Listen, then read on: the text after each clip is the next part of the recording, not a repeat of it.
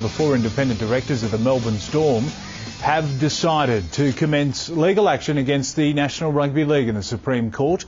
They'll argue the NRL's decision-making process in applying their salary cap breach penalties was not fair, impartial or transparent. Here's part of what Storm Chairman Rob Moody had to say.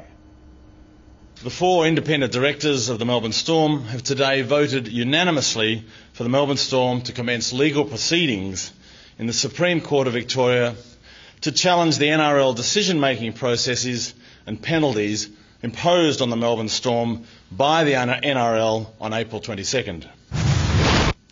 In making their decision, the 4 directors have sought independent legal advice and carefully considered the interests of the Melbourne Storm stakeholders, its members, its fans, supporters, staff, players and sponsors.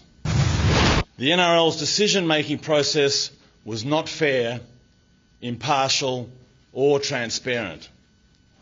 The NRL did not provide the club with the opportunity to obtain independent legal advice before imposing penalties or to argue about the appropriateness of the penalties that should be imposed.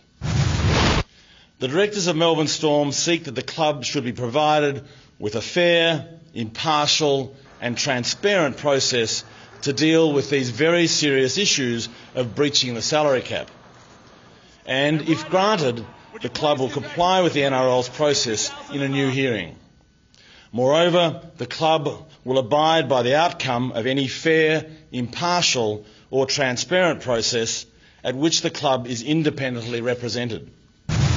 We're here because so many of the players, members, the supporters, those who work at the club, the Victorian public want a fair hearing, and as directors it's our job to fight for that fair hearing.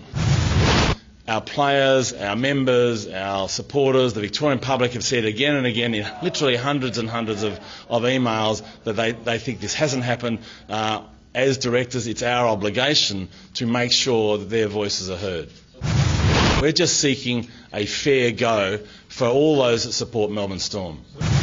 This appeal is being independently funded. It's actually being funded by supporters of the club.